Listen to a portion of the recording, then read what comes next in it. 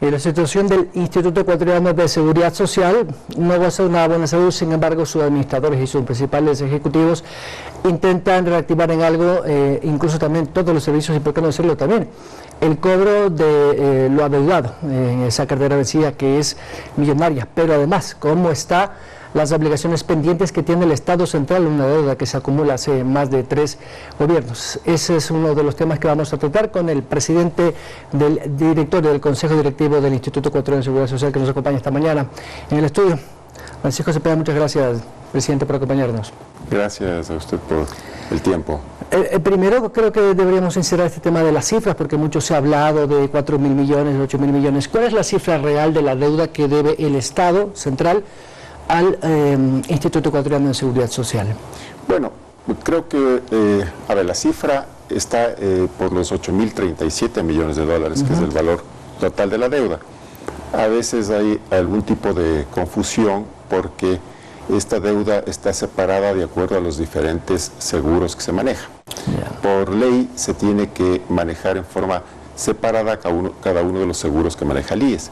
Entonces, por ejemplo, en el caso de salud, la deuda está alrededor de 4.368 millones de dólares. La siguiente deuda en importancia es al fondo de pensiones, que está por el orden de los 2.854 millones de dólares, que son las deudas más importantes que tiene el gobierno con el Instituto Ecuatoriano de Seguridad Social. También hay una deuda con el Seguro Social Campesino, que son 760 millones, y 55 millones al seguro de riesgos del trabajo. Ahora, creo que es importante mencionar que cada uno de estos seguros tiene su propio fondo, porque alguien podría decir, sí, entonces el IES está en un proceso de quiebra o alguna cosa grave. Y yo quisiera dar tranquilidad a la gente porque, por ejemplo, el fondo que se tiene para lo que son jubilaciones, está en 5.847 millones de dólares. Entonces esto quiere decir que contamos con ese dinero para pagar las prestaciones futuras. Hay que hacer un análisis para ver cómo se va cubriendo una brecha que puede aparecer en el tiempo, porque cada vez son más los jubilados frente a los aportantes. Exactamente, sí. Se ha bajado prácticamente ahora a una relación 5-1, cuando se tenía una relación de 8-1 hace 10 años. Y eso es muy grave porque flujos futuros puede haber una brecha que más o menos se calcula que estará por el 2037. Presidente, perdóneme que le interrumpa. De estos 8.000 millones, me gustaría saber si tiene la cifra abierta, por supuesto, ¿cuántos corresponden a la deuda de la administración del señor Correa, cuántos a la del señor Moreno, y me imagino el proporcional a la del presidente Lasso, aunque la del presidente Lasso realmente es poquito?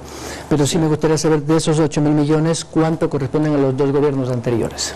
A ver, lo primero que tenemos que indicar es que esta deuda es una acumulación de casi 20 años. 20 años, exactamente. Por lo tanto, si le sumamos los 10 del señor Correa más los 4 del señor Moreno, son 14. Sí, hace 14 años la deuda podría haber sido de unos 2.000 millones, por poner un ejemplo. Hace 14 años la deuda era mucho menor. Era mucho menor. O sea, gran parte de la deuda, digamos un 90% de la deuda está concentrada en estos 14 años. O sea, entre la presidencia de Correa y Moreno se incrementó en un ¿qué? ¿100%? ¿200%? Lo que se incrementó la deuda es más o menos en unos 1.500 millones de dólares. Entre los 2 gobiernos. En el último, en este periodo, en este año, digamos. No hablemos de gobierno, sino hablemos de año por el tema del presupuesto. Sí. ¿Qué es lo que sucede? Que esto debe estar contemplado en el presupuesto. Y normalmente lo que se ha venido haciendo es contemplar la mitad de lo que se necesita. Entonces, por eso es lo que se va acumulando la deuda. Entonces, por ejemplo, en el 2021 va a haber más o menos unos 1.200 millones adicionales a la deuda, o menos para el IES. Exactamente. Entonces, la concentración obviamente está en el tiempo de los 14 años. ¿Usted tiene alguna conversación con el ministro Cueva o con el equipo del presidente como para hacer, vamos, un acuerdo, un convenio, llegar a un punto de entendimiento para ver cómo se puede ir financiando. Aún faltan 3 años y medio para este gobierno y eso me imagino que puede darles a ustedes un respiro como para proyectarse financieramente al futuro. Sí, a ver, lo primero que se hizo es hablar con el señor presidente, que él está muy claro de la deuda, y también nos ha dado la confianza de que hay que estructurar un mecanismo de pago que sea a largo plazo, porque hay que entender las cifras. O sea, si estamos hablando de 8.000 millones de dólares, se está hablando del 8% del PIB. El PIB, claro. Entonces es una cifra muy importante grande, que no se puede pretender que se pague en un solo pago o en un corto plazo. Efectivamente, hemos estado trabajando ya con el ministro de Economía y Finanzas, el doctor Cueva, y yo creo que es una buena noticia que ya existe una mesa de trabajo para el tema de salud. Porque aquí yo quisiera explicarle un asunto. La deuda de salud es una deuda que se va acumulando porque, de acuerdo con la ley del Seguro Social, se debe atender a pacientes que tienen algún tipo de discapacidad, enfermedades catastróficas, y también los menores de 18 años. Esto se hizo, que bien tiene un criterio de solidaridad, pero no se hizo técnicamente al tener algún tipo de prima. Y lo que se dijo, o lo que está escrito en la ley, es que eso se tiene que dar el servicio y se tiene que cobrar ese servicio. Lo que no está claro es cuál es el mecanismo de cobro. Y ahí hay un problema, que si es que el IES tiene algunas dificultades en facturar, porque no es una empresa que pueda facturar los servicios de salud. Entonces ahí eso se ha venido acumulando. Entonces la buena noticia es que ya hay un acuerdo entre el Ministerio de Finanzas y el IES para hacer esa mesa de trabajo, que ya están designadas las personas y se va a empezar a trabajar con una metodología para que esa deuda sea reconocida. Pero no se habla, por ejemplo, de esos famosos papeles, bonos del Tesoro, bonos del Ministerio de Finanzas, que en alguna meditación pasada se escuchó se podría hacer, porque usted sabe que esos valores de papeles se negocian mucho menos de su valor real. Si cuesta 100 en el mercado bursátil, eso puede tener un descuento del 30%. Le digo esto porque ahí perdería el IES si es que usted coge papeles, por eso le pregunto. A ver, el pago con bonos ha sido un mecanismo que se ha venido utilizando en forma tradicional. Es más, el IES tiene dentro del BIES más de 8.000 millones de dólares en bonos. Lo que estamos pensando para reestructurar la deuda es generar algún paquete de activos que vayan generando ingresos. No les quiero adelantar mucho la información porque es un tema que se está trabajando, pero la idea es tener algún tipo de activo que nos genere esos recursos para ir pagando esta deuda en el largo plazo. También el asunto de los bonos hay que verle desde el punto de vista de que los bonos generan un rendimiento y los bonos que tenemos en la cartera están generando un rendimiento y sí nos están pagando. ¿De cuánto es el rendimiento? El rendimiento está en el 6,75%. Al año. Al año. Sí. Que es una tasa digamos que está bastante buena, sí, es para el mercado bursátil. Presidente, ¿usted le garantiza que este fin de año los jubilados, los casi 600.000 que están registrados, van a recibir sus décimos y sus compensaciones que se dan? Sí tiene financiamiento para eso. Era una gran preocupación de algunos sectores que representan a las asociaciones jubiladas. Sí, eso hay que ser muy claros y por eso yo les decía y quiero que exista tranquilidad en la gente. El seguro de pensiones tiene un fondo de 5.847 millones de dólares, ¿sí? Es decir, no hay ningún problema. ¿Que le permitirá cubrir las obligaciones pendientes de ahora hasta fin de año y las del 2022 o todavía no las del 2022? Sí, claro, también. Sí, o sea, la noticia ahorita es, ¿tiene garantizado usted la prestación para los jubilados todo el 2022? Totalmente, eso no hay problema. Donde tenemos problema y no hay salud. Exactamente, y eso no vale la pena no decir las cosas como son. A propósito de eso, presidente, perdóneme que le interrumpa por el tiempo. La situación de la capacidad de los hospitales del seguro, ¿no? En el caso de la Chicam, el Carlos Andrade María, el Teodoro Maldonado de de Guayaquil y el Carrasco de Cuenca tienen un déficit no solamente de número de plazas, digamos, sino también de abastecimiento de medicinas, que es lo que más se quejan los usuarios y los afiliados. ¿Cómo va a enfrentar eso hasta fin de año y si garantiza que va a haber un abastecimiento por lo menos de un 70%? A ver, primero, los niveles de abastecimiento o desabastecimiento, como quiera verse, hablemos del nivel de abastecimiento, está muy bajo en los 3 hospitales grandes del IES, ¿sí? Y eso es una preocupación terrible porque hay un doble efecto.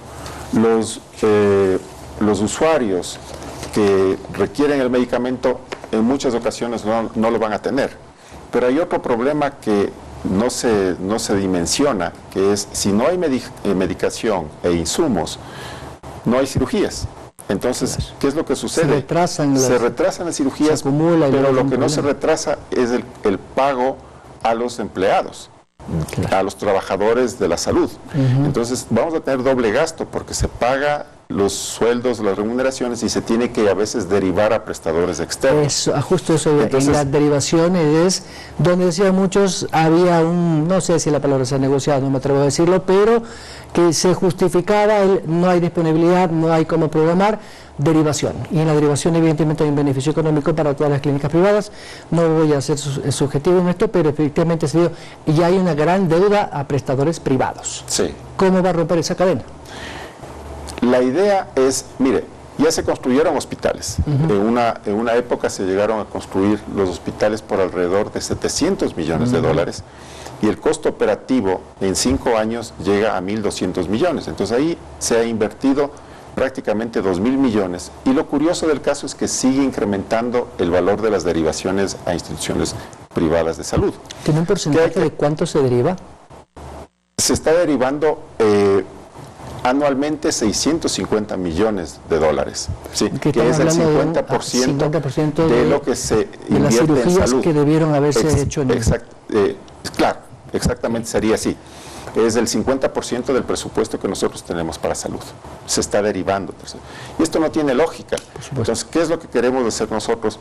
Es mejorar la producción de nuestros hospitales para derivar menos, de tal forma que puede existir una compensación de los costos que nosotros tenemos derivando y pagando menos a las prestaciones privadas. Eso le pega a la privadas. gestión gerencial, ¿no? Y ahí usted tiene que tener mano dura con los administradores. Sí. Eficiencia.